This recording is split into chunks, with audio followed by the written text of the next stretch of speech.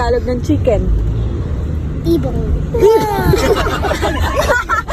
How about duck? Kwakwak. Ang Tagalog ng bat? Coronavirus. Coronavirus.